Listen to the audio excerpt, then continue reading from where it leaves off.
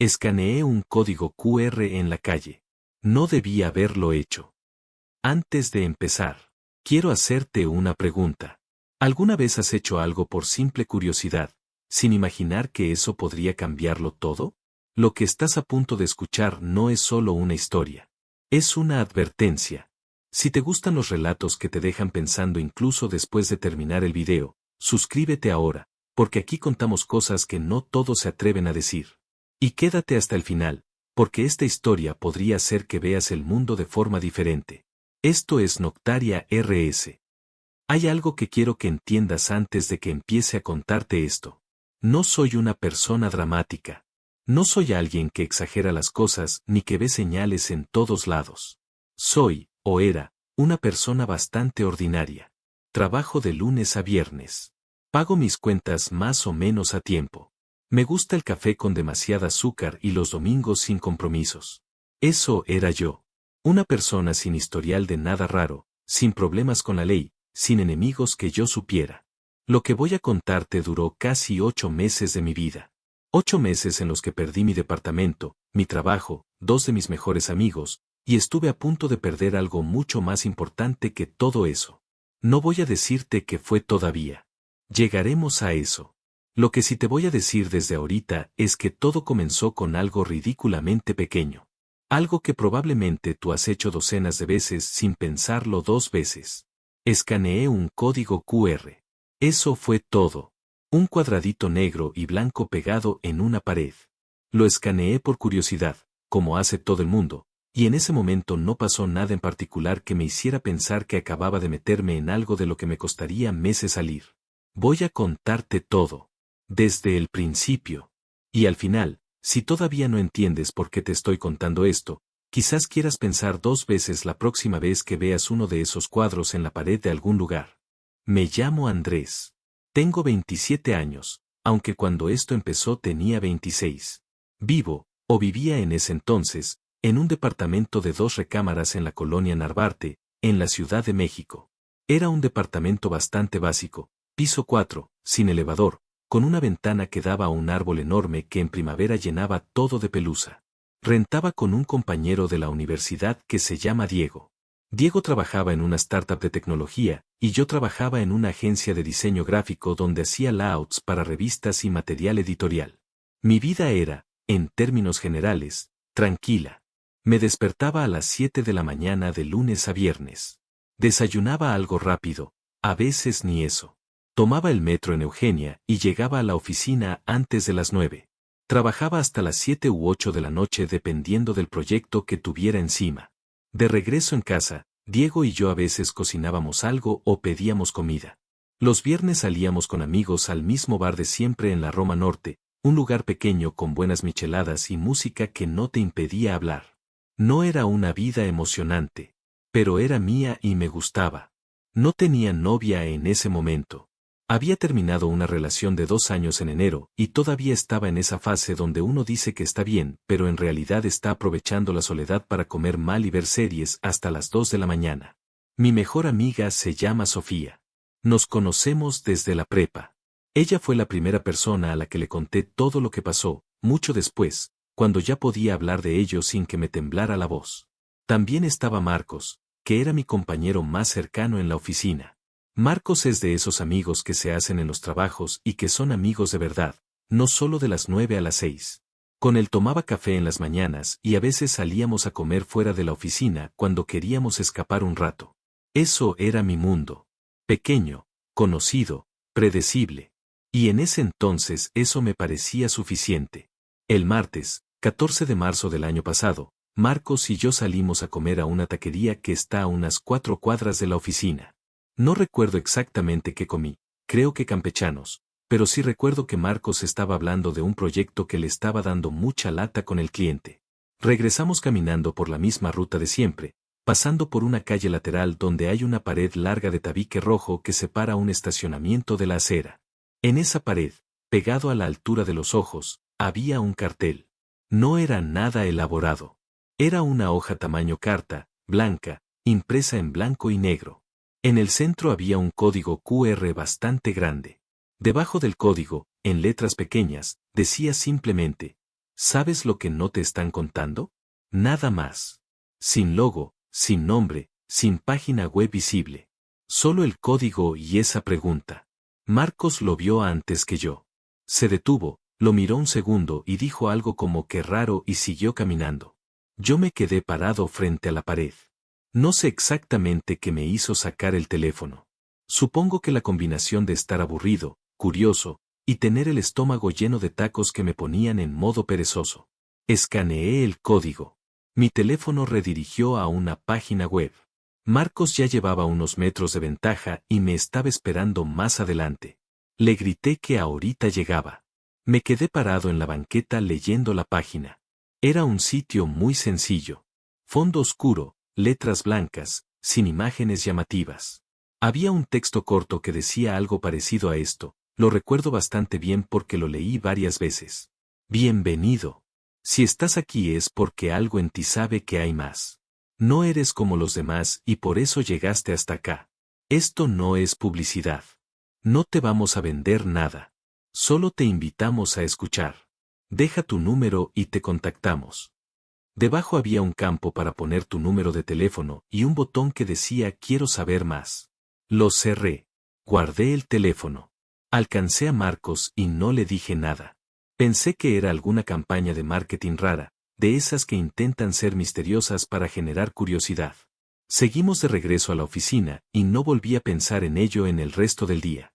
Esa noche, ya en casa, lo recordé. Volví a abrir el navegador. El historial todavía tenía la URL. Entré de nuevo al sitio. No sé exactamente por qué lo hice. Probablemente porque estaba aburrido, porque Diego había salido y el departamento estaba solo, porque tenía el iPad en las manos y no tenía nada mejor que hacer. Puse mi número de teléfono. Presioné el botón. El sitio me mostró un mensaje que decía, gracias. Pronto sabrás más. Me fui a dormir sin darle mayor importancia. Eso fue el martes. El jueves por la mañana, recibí un mensaje de WhatsApp de un número que no tenía guardado. Era un número con LADA 55, Ciudad de México. El mensaje llegó a las 8:47 de la mañana, justo cuando yo iba saliendo del metro en Insurgentes. Lo vi en la pantalla de bloqueo mientras caminaba. Decía, hola Andrés. Nos alegra saber que quieres conocer más. Hay una reunión este sábado. ¿Te interesa? Me detuve en seco en medio del flujo de gente que salía de la estación. Alguien me chocó el hombro y me dijo algo que no escuché. Lo primero que pensé fue que era spam. Pero después me pregunté cómo sabían mi nombre. En el formulario del sitio web yo solo había puesto mi número. No había ningún campo de nombre. Le respondí, ¿quién eres? La respuesta llegó en menos de 2 minutos. Somos un grupo de personas que comparten ciertas ideas sobre el mundo. No es nada malo, te lo prometemos. Solo una conversación entre personas que piensan diferente. Sin compromiso. Le pregunté cómo sabían mi nombre. Andrés es un nombre muy común. Acertamos. Me dio risa. Pensé que era un truco bastante simple pero efectivo. Respondí que sí, que se llamaba Andrés. ¿Qué cómo era eso de la reunión? Me mandaron una dirección. Era en la Colonia del Valle, a unos 20 minutos de donde yo vivía. El sábado a las 5 de la tarde. Les dije que lo pensaría. Esa misma mañana le conté a Marcos en el trabajo. Le mostré los mensajes. Marcos los leyó con una expresión entre curiosa y escéptica y me dijo que sonaba a una de esas reuniones de network marketing donde te intentan vender suplementos o algún negocio de multinivel. Le dije que probablemente tenía razón. Los dos nos reímos y seguimos trabajando. El sábado fui. Sé que suena a que fui sin pensar. Pero la verdad es que sí pensé en ello varios días. Busqué la dirección en internet, no encontré nada raro. Era un edificio de oficinas en una calle normal. Busqué el número que me había escrito, tampoco nada. Busqué la URL del sitio web que había visitado, y para el viernes ya no existía. La página daba error 404. Eso me pareció un poco raro, pero me dije a mí mismo que quizás habían cerrado el registro y desactivado el sitio. Le dije a Diego a dónde iba y a qué hora. Le dije que si no regresaba antes de las 8 que me marcara. Diego me dijo que era un nerd y que le comprara algo de comer de regreso. Llegué a la dirección a las 5:05. Era un piso de un edificio de oficinas bastante estándar. En la recepción no había nadie, pero había una flecha hecha con cinta masking tape pegada en el suelo que señalaba hacia un pasillo. Al final del pasillo había una sala de juntas con la puerta entreabierta y luz adentro. Entré. Había 12 personas sentadas en sillas dispuestas en círculo. Ninguno de ellos me conocía, evidentemente, pero todos me miraron cuando entré y varios sonrieron. Eran personas jóvenes en su mayoría, entre 20 y 35 años calculo, vestidas de manera normal. Jeans, playeras, nada extravagante. Al frente del círculo, de pie, había una mujer de unos 40 años con el cabello oscuro y corto y una voz que desde el primer momento tenía algo que te hacía querer escucharla. Se presentó como Valeria. Me dijo que se alegraba que hubiera llegado, que me sentara donde quisiera, que estaba entre personas que pensaban parecido a mí. Me senté. La reunión empezó. Durante la primera media hora, Valeria habló de cosas que, si te las digo ahora sin contexto, van a sonar completamente normales. Habló de que vivimos en un sistema diseñado para mantenernos ocupados y distraídos, de que las redes sociales nos roban la atención, de que la mayoría de las personas pasan sus vidas sin cuestionarse nada. Cosas que yo había escuchado antes, en podcast, en libros de autoayuda, en conversaciones de café. Nada que me hiciera pensar que había algo malo. Después fueron hablando los demás. Se presentaron uno por uno.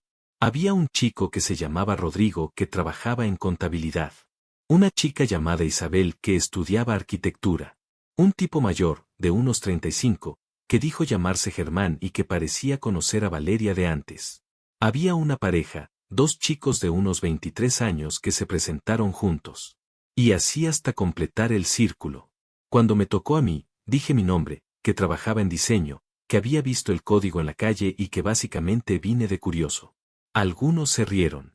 Valeria dijo que la curiosidad era exactamente lo que los había llevado a todos ahí. La reunión duró 2 horas. No se habló de nada que me pareciera alarmante. Se habló de filosofía, de la naturaleza del control social, de cómo los medios de comunicación construyen narrativas. Había café y galletas en una mesa al fondo. Al terminar, varios de los asistentes se quedaron platicando entre ellos con la naturalidad de personas que ya se conocían. Valeria se acercó a mí cuando estaba por irme. Me preguntó qué me había parecido. Le dije que interesante, que esperaba algo más raro, que pensé que iba a ser de esas juntas de network marketing. Ella se rió. Me dijo que entendía, que mucha gente llegaba con esa idea. Me dijo que ellos no vendían nada, que eran simplemente un grupo de personas que se reunían para hablar de ideas que en otros espacios no tenían cabida. Le pregunté cómo se llamaba el grupo. Me dijo, por ahora, solo llámalo el círculo. Salí de ahí sintiéndome bien. Un poco estimulado intelectualmente, como cuando terminas de ver un documental interesante. Regresé a casa, le compré unas tlayudas a Diego en el camino, y mientras cenábamos le conté de la reunión. Diego me dijo que sonaba a grupo de filosofía amateur y que si iba a empezar a volverme raro que por favor avisara con tiempo. Me reí. El domingo recibí otro mensaje de Valeria. Decía, me alegra que hayas venido, Andrés. Creo que tienes mucho que aportarnos. La siguiente reunión es en 15 días. Espero verte. Le contesté que sí, que probablemente iría. Y fui. Y fui a la siguiente también. Y a la siguiente. Durante los primeros 2 meses, las reuniones del círculo eran lo más interesante que tenía en mis semanas. Era curioso. Era estimulante. Las conversaciones eran buenas, las personas parecían inteligentes, y Valeria tenía esa habilidad de hacer que cualquier tema se sintiera urgente e importante. Empecé a conocer mejor a algunos de los miembros. Me hice algo cercano a Rodrigo, el de contabilidad. A Isabel la veía con frecuencia en las reuniones y a veces nos quedábamos a platicar después. Germán, el tipo mayor, era más reservado pero siempre tenía algo interesante que decir. Nadie me pidió dinero. Nadie me pidió que dejara de hacer nada. Nadie me habló de ninguna doctrina, ni de ningún líder supremo, ni de nada que hiciera sonar alarmas. Al menos no todavía. El cambio fue tan gradual que no me di cuenta mientras estaba pasando. Eso es lo más importante que quiero que entiendas. No hubo un momento en el que de repente todo se volvió oscuro. Fue más como cuando te quedas dormido, que no puedes identificar el momento exacto en que dejaste de estar despierto. Para el segundo mes, las reuniones ya no eran cada 15 días sino cada semana. Para el tercero, había reuniones adicionales los miércoles, más pequeñas, solo con los miembros que Valeria llamaba del núcleo. Me invitaron a las del miércoles a mediados del segundo mes.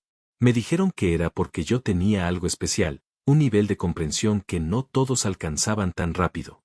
Me gustó escuchar eso. Ahora me da vergüenza admitirlo, pero en ese momento me gustó. Las reuniones del miércoles eran diferentes. Éramos menos personas, entre 6 y 8. No había café ni galletas. El ambiente era más serio. Y el contenido de lo que se hablaba empezó a cambiar. Valeria empezó a hablar de algo que llamaba el sistema de control verdadero. No el sistema que cualquiera puede ver, sino uno más profundo, más antiguo, compuesto por grupos de personas que llevaban siglos dirigiendo silenciosamente los eventos del mundo. No era nada que no hubiera escuchado antes en teorías conspirativas de Internet. Pero la manera en que Valeria lo presentaba era diferente. Lo presentaba como información verificable, como algo que el círculo había documentado y estudiado. Lo presentaba como algo que nosotros, los del núcleo, teníamos el privilegio de conocer porque éramos capaces de manejarlo. Los demás miembros del núcleo asentían mientras ella hablaba. Rodrigo tomaba notas. Germán a veces complementaba lo que Valeria decía con detalles adicionales que sonaban enormemente específicos. Yo escuchaba. Hacía preguntas. A veces cuestionaba cosas. Valeria siempre respondía mis preguntas con calma y con más información. Nunca se irritaba cuando yo cuestionaba algo. Al contrario, parecía apreciar que preguntara. Me decía que esa actitud crítica era exactamente lo que necesitaban. Pero en retrospectiva, ahora veo lo que estaba pasando. Cada vez que yo cuestionaba algo, ella respondía de una manera que hacía que la teoría pareciera más sólida, no más débil. Y yo, que pensaba que estaba siendo crítico y analítico, en realidad estaba siendo guiado.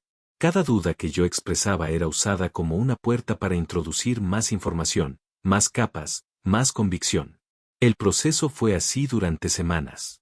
Fue a mediados del cuarto mes cuando las cosas empezaron a cambiar de manera que ya no podía ignorar. Una noche de miércoles, al terminar la reunión, Valeria me pidió que me quedara. Esperé mientras los demás salían. Cuando estuvimos solos en la sala, ella se sentó frente a mí y me dijo algo que cambió el tono de todo. Me dijo que el círculo tenía niveles. Que yo llevaba meses en el primer nivel, que era el de los que escuchan y aprenden. Que ella creía que yo estaba listo para el segundo nivel. Que en el segundo nivel las cosas se volvían más serias, más comprometidas, y que no todos eran invitados. Le pregunté qué implicaba el segundo nivel. Me dijo que implicaba un compromiso mayor. Que se me daría acceso a información que muy pocas personas en el mundo conocían. Que tendría responsabilidades dentro del grupo. Y que, para acceder, necesitaba demostrar que el círculo era mi prioridad. Le pregunté qué significaba eso. Me dijo que tendría que reducir mis contactos externos. Que no era una orden, que era una sugerencia, que simplemente había personas en mi vida que tenían una influencia negativa en mi proceso de comprensión. Que si quería avanzar, necesitaba crear espacio. Que el ruido externo impedía ver con claridad. Eso fue la primera vez que algo me hizo sentir incómodo. Le dije que lo pensaría. Esa noche hablé con Sofía por teléfono. No le conté de la conversación con Valeria, pero sí le pregunté, de manera casual, qué pensaba del círculo. Porque en algún momento de las semanas anteriores sí le había contado que asistía a esas reuniones, aunque sin muchos detalles. Sofía me dijo algo que en ese momento no quise escuchar. Me dijo que tenía un poco de mala espina. Que eso de que te dijeran que eras especial y que te ofrecieran acceso a información secreta era una técnica clásica de reclutamiento de grupos manipuladores. Que no le gustaba que las reuniones fueran en un lugar privado y sin nada en Internet que los identificara. Le dije que estaba exagerando. Que eran solo personas con ideas interesantes. Que no había nada raro. Sofía dijo que bueno, que ella solo me lo decía. Que me tuviera cuidado. Al día siguiente, en la oficina, Marcos me preguntó si todavía iba a esas reuniones. Le dije que sí. Me miró de una manera rara y me preguntó si todo estaba bien. Le dije que claro, que por qué. Me dijo que últimamente me notaba distinto, más distraído, que a veces parecía que estaba en otra parte. Lo negué, pero mientras lo negaba, me di cuenta de que tenía razón. En las semanas anteriores había rechazado 2 invitaciones a salir con el grupo de amigos del bar. Había llegado tarde a la oficina 3 veces porque una de las reuniones del miércoles se había extendido más de lo esperado. Había dejado de responder mensajes con la misma rapidez de antes. No me había dado cuenta de nada de eso hasta que Marcos me lo dijo. Esa semana no fui a la reunión del miércoles. Inventé una excusa y la mandé por mensaje. Valeria respondió con un "te esperamos la próxima semana" que sonó perfectamente normal. Sin embargo, durante esa semana en que no fui, recibí mensajes de 4 miembros del núcleo. Rodrigo me preguntó si estaba bien. Isabel dijo que me había extrañado. Germán me mandó un artículo de un tema del que habíamos hablado en la última reunión, con una nota que decía que pensó en mí cuando lo leyó. Otro miembro que se llamaba Patricia me mandó un audio de 2 minutos contándome sobre algo que habían discutido en la reunión y diciéndome que mi perspectiva les habría enriquecido la conversación. 4 mensajes en 4 días de 4 personas diferentes. No lo vi en ese momento como lo que era. Lo vi como personas a las que les importaba si yo estaba bien. Fui a la siguiente reunión. Y en esa reunión, Valeria habló de algo nuevo. Habló de un ritual de entrada al segundo nivel. No usó la palabra ritual de manera que sonara religiosa. Lo llamó una práctica de compromiso. Dijo que todos los del núcleo habían pasado por ella. Que era simple, que no implicaba nada físico, que era más bien una declaración personal. Una especie de promesa de confidencialidad y compromiso con el grupo. Rodrigo asintió. Isabel dijo que ella lo había hecho y que había sido muy significativo para ella. Germán dijo que era lo que había consolidado su pertenencia al círculo. Pregunté en qué consistía exactamente. Valeria dijo que me lo explicaría en privado, cuando yo estuviera listo. Esa noche, en el metro de regreso a casa, algo me incomodó de manera que no pude ignorar. Era una sensación física, como algo apretando en el pecho. Intenté analizarlo. ¿Qué me molestaba exactamente? La secuencia. La estructura. Lo gradual de todo. Primero una reunión abierta. Luego más frecuencia. Luego la invitación al núcleo porque eras especial. Luego hablar de reducir contactos externos. Luego una promesa de confidencialidad. Luego un ritual de entrada. Era una escalera. Y yo estaba subiendo sin haber decidido conscientemente hacerlo. Decidí que no iba a volver. Fue una decisión que tomé esa misma noche, parado en el andén del metro esperando el tren. Fue una de esas decisiones que sientes claras en el momento. Me dije a mí mismo, esto se acabó. Me bloqueé el acceso psicológico a todo el sistema de justificaciones que había construido durante meses y me permití ver las cosas de manera directa. Un grupo que opera en secreto, que no tiene presencia pública identificable, que te pide que te alejes de tus amigos, que tiene rituales de entrada y niveles de acceso. No importaba qué tan intelectualmente estimulante hubieran sido las conversaciones. La estructura era la de un grupo de control. Al día siguiente mandé un mensaje a Valeria. Le dije que había pensado mucho y que había decidido no continuar en el círculo. Que agradecía la experiencia pero que sentía que no era para mí. Que le deseaba lo mejor. Esperé su respuesta. Llegó 3 horas después, que me pareció mucho tiempo considerando lo rápido que usualmente respondía. Decía, entiendo, Andrés. Es una decisión que respeto completamente. Aunque me entristece, sé que cada persona tiene su propio camino. Solo te pido que recuerdes que todo lo que hablamos en el círculo es confidencial. No porque tengamos algo que esconder, sino porque hay personas externas que no comprenden y que podrían malinterpretar. Cuídate mucho. Leí ese mensaje varias veces. El recordatorio de la confidencialidad me incomodó. Era la primera vez que alguien en el círculo me recordaba explícitamente que no debía hablar de lo que ocurría ahí. Y llegaba justo en el momento en que yo decía que me iba. Le contesté que entendía. Durante los siguientes 3 días no pasó nada. Casi empecé a sentir que todo había sido fácil. Que había exagerado. Que simplemente era un grupo de personas con ideas un poco raras y que yo había podido salir sin problema. Al 4.º día, Rodrigo me llamó por teléfono. No me mandó mensaje, me llamó. A las 10 de la noche. Respondí porque era un número que tenía guardado y no pensé nada al verlo. La llamada duró 45 minutos. Rodrigo no me presionó directamente a regresar. Fue más sutil que eso. Me habló de lo mucho que había crecido desde que entró al círculo. Me habló de su vida antes del grupo y de su vida ahora. Me preguntó por mi vida, cómo estaba, si había algo que me preocupara. Fue una conversación que sonó a la de un amigo preocupado por ti. Al final, casi como de pasada, dijo que si alguna vez cambiaba de opinión que no dudara en decírselo. Que el círculo siempre tendría un lugar para mí. Colgué sintiéndome extrañamente culpable.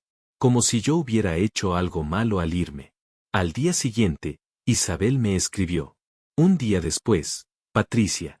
Cada uno con un mensaje diferente pero con el mismo efecto, recordarme lo que había en el círculo y hacerme sentir que me perdía de algo. El séptimo día después de mi mensaje de salida, Valeria me escribió de nuevo. Decía que quería reunirse conmigo en persona. Que no era para convencerme de regresar. Que solo quería conversar, como personas adultas, y asegurarse de que yo estuviera bien. Que había algo importante que necesitaba decirme. Debí haber ignorado ese mensaje. No lo ignoré. Nos vimos en un café en la colonia Condesa. Llegué con la firme determinación de escucharla y marcharme. Me senté frente a ella con esa intención. Valeria llegó puntual. Ordenó un americano, sin azúcar. Tenía ese aspecto de siempre, tranquilo, completamente en control de sí misma. Me preguntó cómo estaba. Le dije que bien. Me preguntó por el trabajo. Le respondí brevemente. Luego me dijo lo que tenía que decirme. Me dijo que antes de que yo me fuera definitivamente, había algo que necesitaba saber. Que el círculo no era solo un grupo de debate filosófico. Que había una razón por la que operaban de manera discreta. Que existían personas que querían detenerlos porque lo que el círculo hacía era genuinamente peligroso para ciertos intereses. Que algunos exmiembros que habían salido de manera abrupta y habían hablado con personas externas habían tenido problemas. Le pregunté qué tipo de problemas. Me miró directamente los ojos y dijo, problemas que no me gustaría que tú tuvieras. No fue una amenaza abierta. Fue todo lo contrario. Su voz era suave, casi preocupada. Pero el contenido era inequívoco. Sentí un frío que no tenía nada que ver con el aire acondicionado del café. Le dije que agradecía su preocupación, pero que mi decisión estaba tomada. Ella asintió. Dijo que lo respetaba. Dijo que esperaba que yo fuera discreto. Pagó su café, se levantó, y antes de irse me dijo una última cosa. Me dijo, Andrés, ya sabes dónde encontrarnos si cambias de opinión. Y esperamos que lo hagas. No por nosotros. Por ti. Se fue. Yo me quedé sentado en ese café durante 20 minutos sin pedir nada, procesando lo que acababa de pasar. Cuando finalmente salí y caminé hacia el metro, noté algo que en ese momento intenté convencerme de que era coincidencia. Germán estaba parado en la esquina opuesta de la calle, a unos 30 metros. Tenía el teléfono en la mano, pero no lo estaba usando. Miraba en mi dirección. Cuando nuestros ojos se encontraron, él bajó la mirada al teléfono y empezó a caminar en dirección contraria. Quizás era una coincidencia. Quizás vivía por ahí. Quizás yo estaba paranoico. Pero no pude dejar de pensar en ello. Durante las siguientes 2 semanas, empecé a notar cosas. No cosas grandes. No cosas que pudiera mostrarle a alguien y decir mira, esto es evidencia de que me siguen. Eran cosas pequeñas. El tipo de cosas que, si te las cuento de manera aislada, suenan a paranoia. Pero déjame contártelas de todas formas. El lunes siguiente al café con Valeria, iba caminando hacia la oficina por una ruta diferente a la habitual porque había un corte de agua en mi calle habitual. Pasé por una tienda de conveniencia y adentro, hojeando revistas en el aparador, estaba Patricia, la miembro del círculo que me había mandado el audio. Cuando me vio, sonrió y saludó con naturalidad, como si encontrarnos ahí fuera completamente normal. Me preguntó cómo estaba. Le dije que bien. Me dijo que qué bueno. Siguió hojeando la revista. Eso por sí solo, coincidencia. El miércoles de esa semana salí a comer con Marcos. Fuimos a un restaurante diferente al de siempre porque el de siempre estaba lleno. En una mesa al fondo del restaurante estaba Rodrigo, comiendo solo. Cuando nos vio, levantó la mano para saludar. Sonrió. Siguió comiendo. Eso por sí solo, coincidencia. El viernes, esperando el metro en la estación Insurgentes, vi a un hombre joven que no reconocí pero que traía puesta una playera con un pequeño símbolo en el pecho. Era el mismo símbolo que yo había visto en la sala de juntas donde se reunía el círculo. Una especie de espiral contenida en un círculo. No era un diseño común. Era algo que el círculo usaba en algunos de sus materiales internos. El hombre no me miró. Subió al tren en la misma dirección que yo. Bajó 2 estaciones después. Ese fin de semana no dormí bien. Le conté todo a Sofía. Esta vez sí le conté todo. La conversación inicial con Valeria. Los meses de reuniones. El intento de salida. La reunión en el café. Las coincidencias de la semana. Se lo conté todo, en orden, sin omitir nada. Sofía me escuchó en silencio. Cuando terminé, no dijo nada durante varios segundos. Luego me dijo que lo que me acababa de contar era exactamente el patrón de comportamiento de un grupo de control coercitivo. Que el aislamiento gradual, el sistema de niveles, el lenguaje de amenaza velada, la vigilancia posterior a la salida, eran técnicas documentadas. Que necesitaba tener cuidado. Le pregunté qué debía hacer. Me dijo que hablara con alguien que supiera de estos temas. Que hay organizaciones que ayudan a personas que han tenido contacto con este tipo de grupos. Que no estaba solo. También me dijo algo que no esperaba. Me dijo que había buscado en internet el número desde el que me habían mandado el primer mensaje de WhatsApp, el de hacía 4 meses. Que había encontrado ese número vinculado a reportes en foros de personas que habían tenido experiencias similares. No con ese grupo en particular, sino con otros grupos que usaban metodologías idénticas. Códigos QR en espacios públicos, reclutamiento por teléfono, reuniones graduales, sistemas de niveles. No era la primera vez que alguien caía en algo así. Y tampoco era la última. Sofía me mandó por correo los foros que había encontrado. Me los quedé leyendo esa noche, sentado en la cama con el teléfono, mientras Diego dormía en la otra recámara. Eran hilos de discusión en foros de Internet. Algunos en español, otros en inglés. Personas de distintos países contando experiencias que tenían una similitud aterradora con la mía. Una persona en Guadalajara describía haber escaneado un código en la pared de un estacionamiento. La página era diferente, las personas eran diferentes, pero la estructura era idéntica. Reuniones graduales, sistema de niveles, lenguaje de los elegidos, presión sutil al momento de intentar salir. Una persona en Buenos Aires describía haber pasado más de un año dentro de un grupo similar. Contaba que para cuando quiso salir, sus amigos más cercanos ya eran miembros del grupo. Que su familia notaba que estaba diferente pero no sabía cómo ayudarlo. Que al final pudo salir con la ayuda de una organización especializada y que el proceso de recuperación había sido largo. Una persona en Madrid contaba algo que me heló la sangre. Contaba que cuando intentó salir, el grupo usó información que él había compartido durante los meses de reuniones, información personal sobre su familia, su trabajo, sus miedos, como palanca de presión. Que le hicieron entender, sin decirlo directamente, que esa información podía llegar a personas equivocadas si él hablaba demasiado. Recordé cuántas cosas personales había contado yo durante esos meses de reuniones.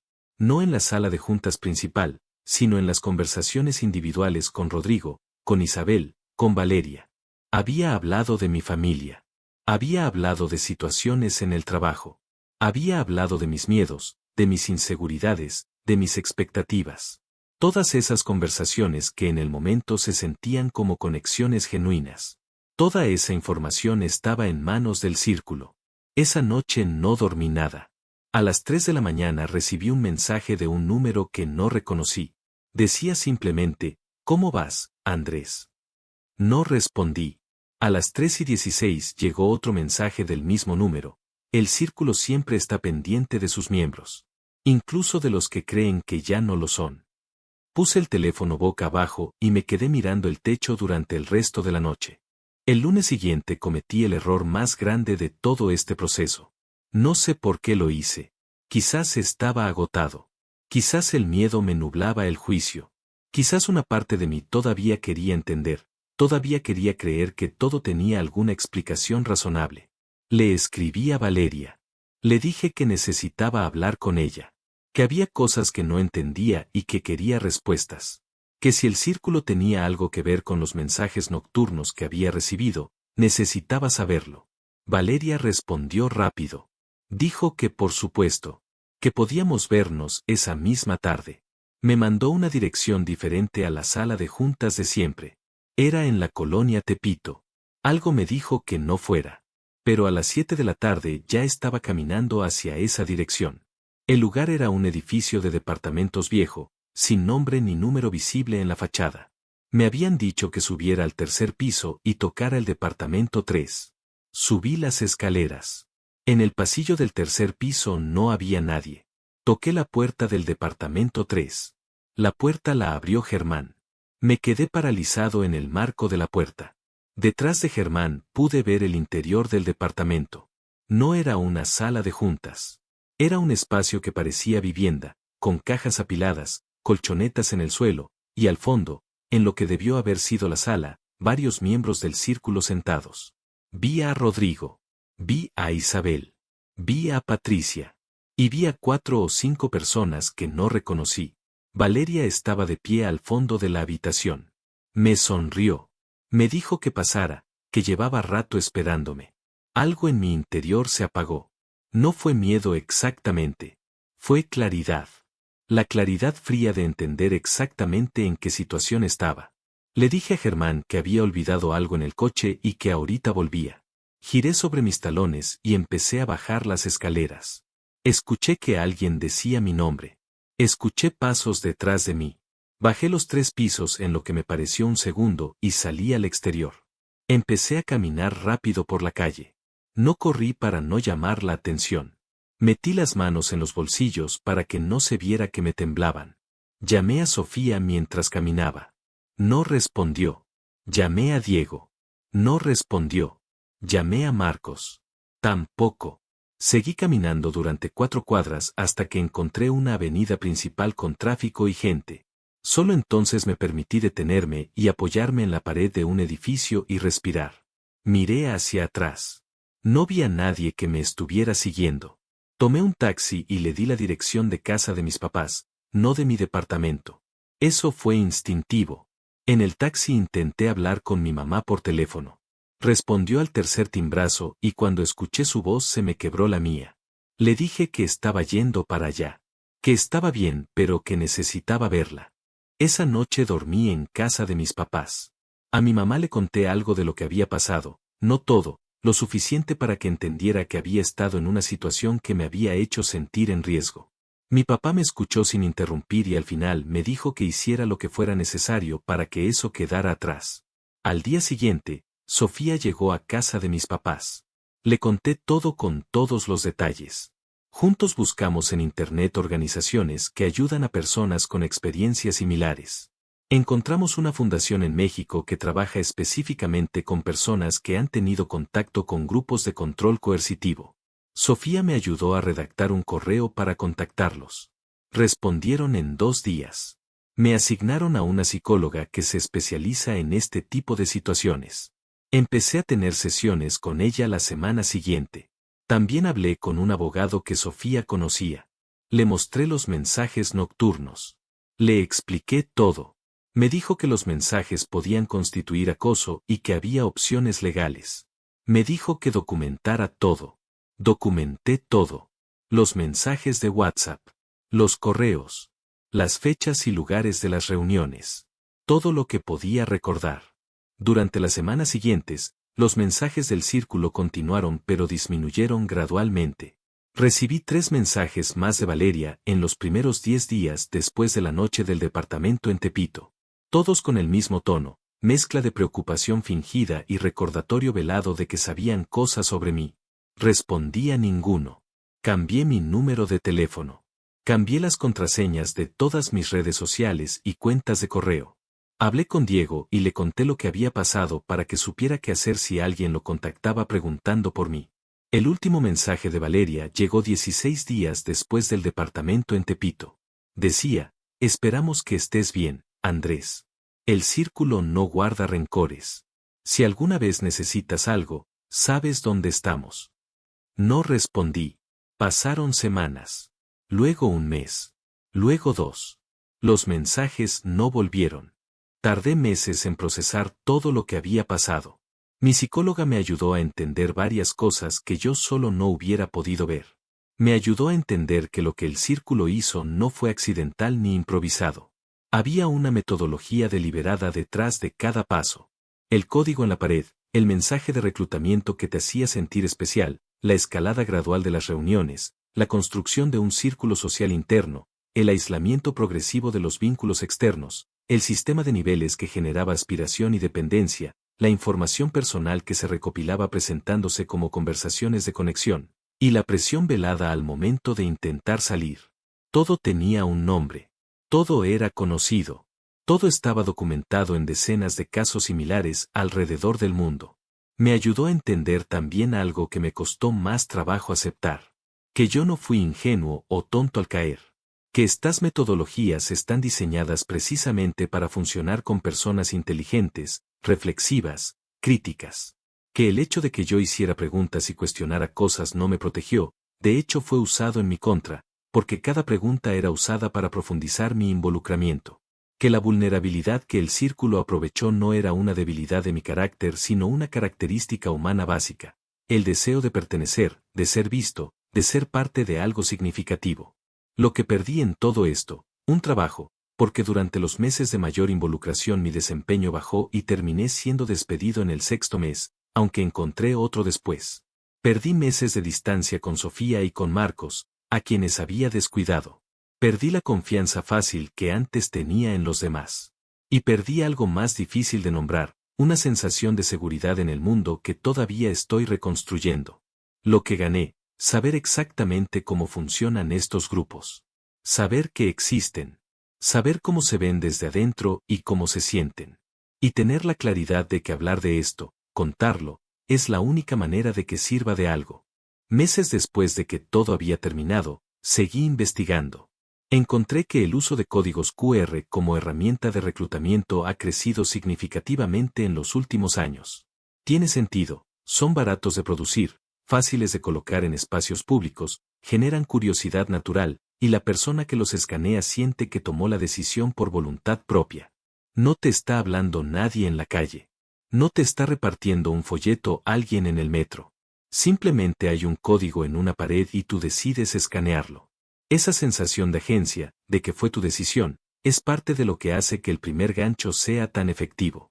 También encontré que la estrategia de hacer que el sitio web desaparezca después del registro es deliberada. Hace que sea imposible rastrear el origen. Hace que la persona que registró sus datos no pueda volver a verificar qué información compartió exactamente. Y elimina cualquier rastro digital que pudiera usarse para identificar al grupo. Los mensajes nocturnos que recibí no eran intimidación al azar. Eran una técnica específica, crear ansiedad en horas en que la persona está más vulnerable y menos racional, cuando está cansada y sola en la oscuridad. Es difícil pensar con claridad a las 3 de la mañana. Es mucho más fácil que el miedo tome el control. Encontré también reportes de que estos grupos operan en varias ciudades de México y Latinoamérica de manera simultánea. No son organizaciones masivas con miles de miembros. Son grupos pequeños, de entre 20 y 50 personas activas, muy bien organizados, que usan metodologías copiadas y adaptadas de grupos similares que han existido durante décadas. Cambian de nombre, de dirección, de método de contacto inicial, pero la estructura interna siempre es la misma. Una de las cosas más perturbadoras que encontré fue un foro donde exmiembros de diferentes grupos similares comparaban sus experiencias. Alguien había hecho un documento donde listaba las frases más comunes que usaban estos grupos. Las leí una por una y reconocí varias que yo había escuchado directamente de Valeria. Tú eres diferente a los demás. La mayoría de la gente no está lista para esto. El ruido externo te impide ver con claridad. Hay personas que no quieren que esta información llegue a todos. El círculo siempre estará aquí para ti. Frases diseñadas. Testadas. Repetidas en grupos distintos porque funcionan. Voy a terminar con esto porque es lo más importante de todo lo que te he contado. No te estoy contando esta historia para darte miedo. Te la estoy contando porque la información es la única defensa real que existe contra este tipo de grupos. Y porque cuando yo estaba en medio de todo esto, hubiera dado cualquier cosa por haber escuchado a alguien contarme exactamente lo que yo te estoy contando a ti ahora. Lo que quiero que recuerdes es esto. Los grupos de control no se anuncian como lo que son. No llegan diciéndote que quieren controlarte. Llegan prometiéndote claridad, comunidad, conocimiento especial, pertenencia. Llegan presentándose como lo que más necesitas en el momento en que más lo necesitas. Y si estás pasando por un momento de soledad, de transición, de búsqueda de algo más, tu guardia está más baja de lo que crees. Los códigos QR en espacios públicos no siempre son publicidad de pizzerías o menús de restaurantes. Algunos son anzuelos. Y el problema es que no puedes saber cuál es cuál hasta que ya los escaneaste. No estoy diciendo que nunca escanees un código QR. Estoy diciendo que si lo haces y el sitio al que te lleva te pide tu número de teléfono a cambio de información vaga y te dice que eres especial por haber llegado hasta ahí, cierra esa página. No dejes tus datos. No respondas el mensaje que llegue después. Estoy diciendo que si en algún momento sientes que un grupo te está pidiendo que te alejes de tus amigos y tu familia, aunque sea de manera sutil, esa es la señal más importante. No hay ninguna comunidad sana que necesite que te alejes de las personas que te quieren para poder funcionar. Ninguna. Si un grupo te pide eso, sin importar cómo lo justifique, sin importar cuánto sentido parezca tener en el momento, sal de ahí. Estoy diciendo que si la voz de alguien que te conoce de verdad, un amigo, un familiar, alguien que ha estado contigo antes de que esa gente llegara, si esa voz te dice que algo no se ve bien, escúchala. Aunque en ese momento te parezca que no entienden. Aunque en ese momento sientas que ellos son los que están limitados y tú el que puede ver más claro. Esa voz casi siempre tiene razón. La mía se llamaba Sofía, y yo tardé demasiado en escucharla. Hoy, casi un año después de todo esto, mi vida se ve muy diferente a como se veía durante esos 8 meses. Tengo un trabajo nuevo que me gusta más que el anterior. Sigo viviendo con Diego, aunque ahora en un departamento diferente porque nos mudamos. Salgo regularmente con Marcos y con el grupo de amigos del bar de la Roma Norte. Sofía y yo nos vemos más que antes de que todo esto pasara. Creo que lo que vivimos juntos a distancia mientras yo trataba de salir del círculo nos acercó de una manera que es difícil de explicar. Sigo en terapia. No porque esté en crisis, sino porque me ha ayudado a entender cosas sobre mí mismo que no habría entendido de otra manera. Todavía hay cosas que me cuestan. Hay días en que paso frente a un código QR en la pared de un restaurante o en una parada de autobús y algo en mi estómago se aprieta aunque sé perfectamente que es para ver el menú o el horario del camión. Hay días en que alguien nuevo se muestra muy interesado en mí de manera muy rápida y me pongo alerta de una manera que antes no tenía. Hay noches en que escucho el sonido de un mensaje de WhatsApp a las 3 de la mañana y el corazón me da un vuelco antes de que pueda pensar. Eso va pasando. Poco a poco, va pasando. Lo último que quiero decirte es esto. Si mientras me escuchabas reconociste algo. Si hay algo en lo que te conté que se parece demasiado a algo que estás viviendo tú ahorita. Si hay un grupo al que perteneces que tiene algunas de estas características y una parte de ti ya lo sabe aunque la otra parte no quiera verlo. Habla con alguien. Con alguien de afuera del grupo, alguien que te conocía antes. No para que te convenzan de nada. Solo para escuchar su perspectiva. Solo para ver tu situación desde afuera por un momento. Eso fue lo que me hubiera salvado meses de todo esto. No escaneé ese código pensando que mi vida iba a salirse de control. Nadie lo piensa. Pero así fue. Cuídate. Y la próxima vez que veas un código en la pared de un lugar donde nadie te explicó qué es, quizás vale la pena no escanearlo. Si llegaste hasta aquí, ahora entiendes por qué esta historia tenía que ser contada. Dime en los comentarios, ¿tú habrías escaneado ese código? ¿O crees que habrías notado las señales antes? Tu opinión puede ayudar a alguien más a evitar algo así. Si te gustan este tipo de historias reales con mensajes que importan, suscríbete y activa la campana. Aquí no solo contamos historias, te mostramos lo que hay detrás de ellas. Nos vemos en el siguiente video, si es que estás listo para escuchar.